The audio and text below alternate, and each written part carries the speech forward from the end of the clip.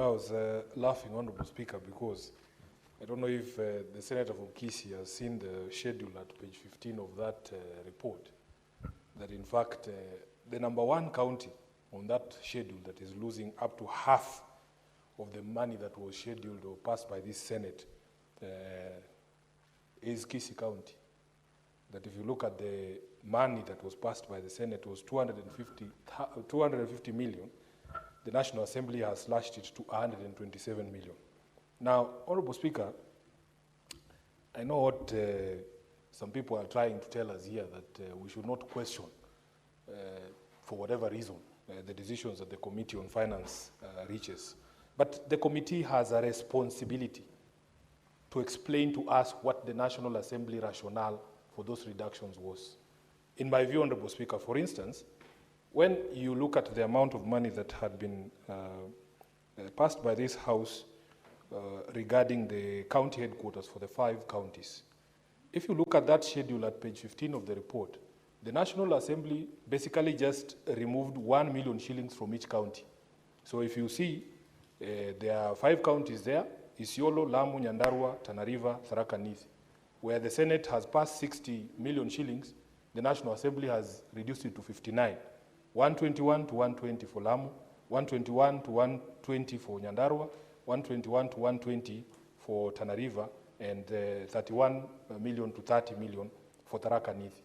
At the very minimum, you know, this just looks like a very arbitrary action, or just, to me, Honorable Speaker, a flexing of muscles that the National Assembly can show the Senate that they can do these things.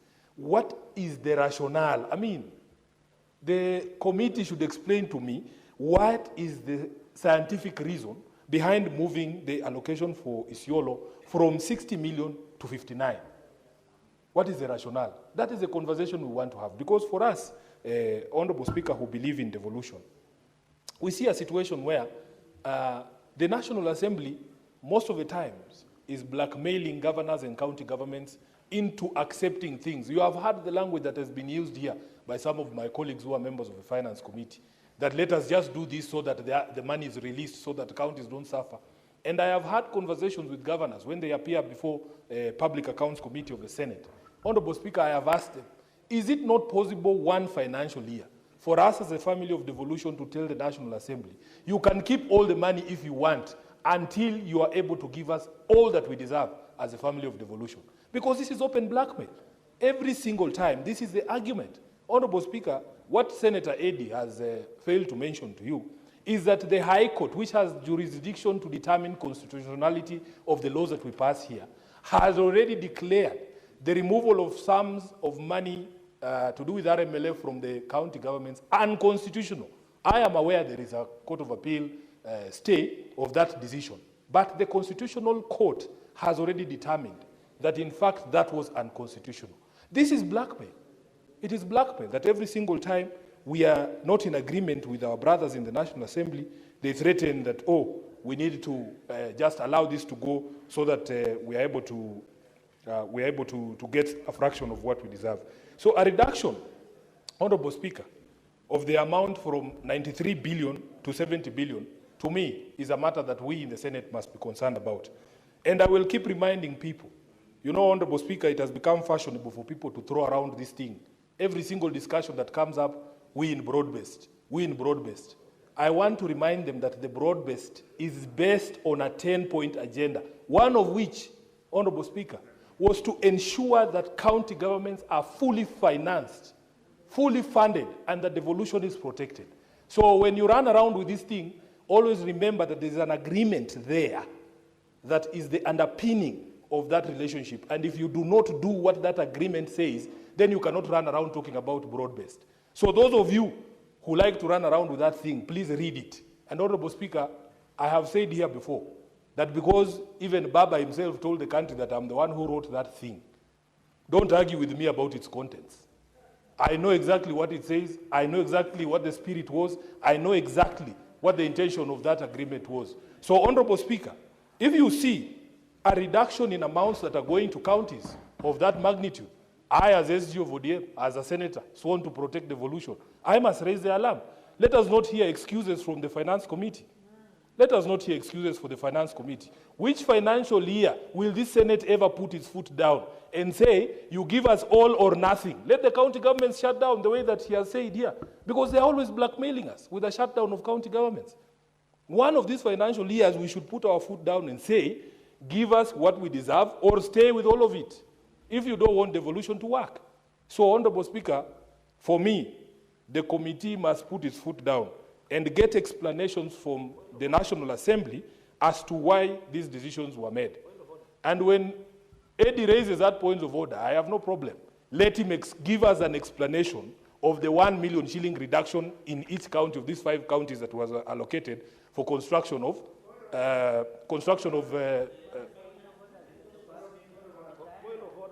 Honourable members, allow Senator Sifuna, I believe, is concluding. Let's allow to have him conclude. Senator Sifuna. Honourable Speaker. I'm giving you the floor to conclude. The what? I'm giving you to continue. Thank you. Conclude on the floor. Thank you, Honourable Speaker. It is incumbent upon members of the Finance Committee, when you're moving your report, to explain things. We are not members of that committee. If you did not ask these questions, we have a right to ask these questions, Honourable Speaker. I have only asked for the rationale, because to me it appears just an arbitrary plugging of figures from the air like this. So if there is a member of that committee that can explain to us why the National Assembly reduced 1 million from Isiolo, I'm ready and willing to hear that explanation. But the move of the report never said anything. The seconder never said anything. The reductions in the county aggregation and industrial parks allocations, Honourable Speaker, Kisii County, by half. By half. So at the end of the day, we are not, and you can hear some of my colleagues here shouting that, that you put the question, because they don't want to interrogate these matters. They don't want to interrogate them. So, Honourable Speaker, for me, as a person who's sworn to defend devolution, these questions we will ask them year in, year out. And I want the Senate and its committees to show a bit more spine and not capitulate at the hands of the National Assembly, because we will be blackmailed and told, oh, counties will suffer, salaries will not be paid. I had the opportunity, Honourable Speaker, of visiting one of these industrial parks that is being done by Kiambu County in Githunguri. And they are waiting for this money to be able to process. In fact, when we were there, the issue was that the county was unable to match those funds. And it is part of the discussion about devolution and protection of devolution, Honourable Speaker, when national government comes up with these programs without knowing or without consulting the county governments to know where the resources for these projects are going to come from. Kiambu has been unable to match. We had the governor of Makueni before our committee on public accounts, and he told us, Honourable Speaker, that for Makueni, the feedback that they gave to the national government is that their priority was not those county industrial and aggregation parks. But because someone has sat in Nairobi and decided that these things must be built, despite what you're saying, from what the ground is saying is their priority, they are going to build them whether you like it or not, under government overreach of devolved functions. So therefore, Speaker, Senator Eddy, what's your point of order?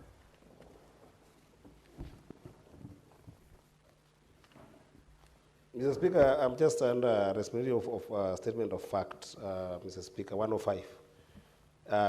And also, perhaps it borders 101, Mr. Speaker, on the statement that my good friend Senator Sifuna has talked about in terms of insinuation that perhaps we're just using the word broad-based to protect a conversation around this bill. Mr. Speaker, I think that it's a matter of fact from my side, and perhaps Senator Sifuna should understand that when I raised the issue of the biggest chunk of money that has not come here, it is an issue that has been blocked by law. The matter is in court. There is nothing we can do for a matter that is in court. He himself is a lawyer, and you know, Mr. Speaker, if he is indeed a lawyer who believes in broad-based, the way I know he believes in broad-based, and Mr. Speaker, you know, he wrote this broad-based, 10-point agenda, is my whip, Mr. Speaker. I didn't go to broad-based in my own volition. He whipped me into broad-based and made sure that I went there by signing this document, Mr. Speaker. On two issues. Sifuna, Senator Eddy, sorry. Are you debating or you are raising a point of order? No, the point of order you is, have is on I said 101. And I'm dealing with 101 first, where my defense for this particular bill was insinuated to be a mere issue of we're in broad-based, let's just pass this. Go to 105. Okay? And let me just finish this because Go to 105 because that is the question Senator Sifuna was asking, a justification or explanation from the committee on some of those reductions. Yeah, and I'm saying that 105 is a matter of fact in the sense that the RMLF that has been delayed because the matter is actively on in court. It's not because of a broad-based issue, it's in court. In fact, he is, as a lawyer, should actually perhaps join the devolution family to go to court on behalf of those things that are being delayed by court, including compensation. Senator Eddy, you've made your point. Take your seat. Senator Sifuna, part of the point of order, which I rule it's not a point of order, Senator Eddy, is an explanation as to the question you asked from the committee, that they ought to have given an explanation as to why part of that money has not been released. And you've got from the member that indeed there is a matter in court, and I believe that suffices to some extent as an explanation, which of course does not necessarily answer conclusively the concerns you've raised, which are entitled to you as a member of this House to raise in debating the report. Speaker, I've dedicated my life to teaching these broad-based people. First of all, the stay in the Court of Appeal did not stop Parliament from legislating. There is no way a court can stop you from putting a schedule on a piece of legislation. That is what you should know. Luckily for you, you are my classmate at the University of Nairobi, so you know exactly what I am saying. Number two, the Senate was aware of that court case that was going on. We, in our wisdom, never removed the RMLF from the statute. So if tomorrow we wake up, for instance, Honorable Speaker, and that court order has been lifted, and you have a schedule here that does not have RMLF, then you start over the process again. The court did not stop you from doing your job as legislators and making laws. So understand these things, we know them. I know Senator Eddy is not a lawyer, so I'll forgive him. But what you need to do, Senator, as a member of this Finance Committee, please take time to explain to us. If I come here with a report of the County Public Accounts Committee, Honorable Speaker, or indeed the Energy Committee where I sit, I have a responsibility because I'm the one who interacted with those decisions and discussions to explain. All I asked, Speaker, is give us a rationale because these counties are not the same. Isiolo, Lamu, Nyandarua, Tana River, Tharaka Nithi, they are not the same. So how come when the National Assembly is reducing the money, it reduces across the board the same amount? What is the rationale? Because if you look at the initial allocation, Isiolo had been given only 60 million, right? Lamu has 121, which is almost double that. So even if there is a reduction, you would expect that it would be proportionate. Nobody has bothered to explain to us. They are just shouting here that you put the question, Honorable Chair. You have a responsibility to explain.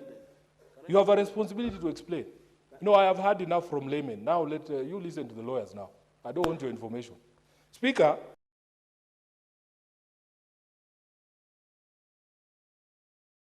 we will fight for the family of devolution.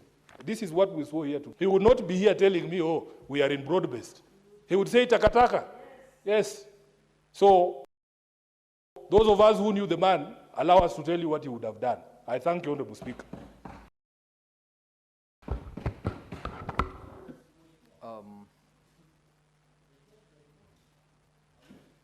Senator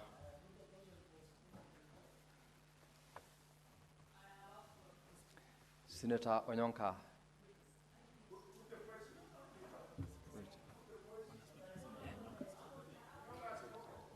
Order, Senator Onyonka. I have notified here that you already spoke to this motion. Take your seat. Take your seat. I was giving you the platform to debate on the motion. That is what we are currently debating. Take your seat. Take your seat, Senator Onyonka.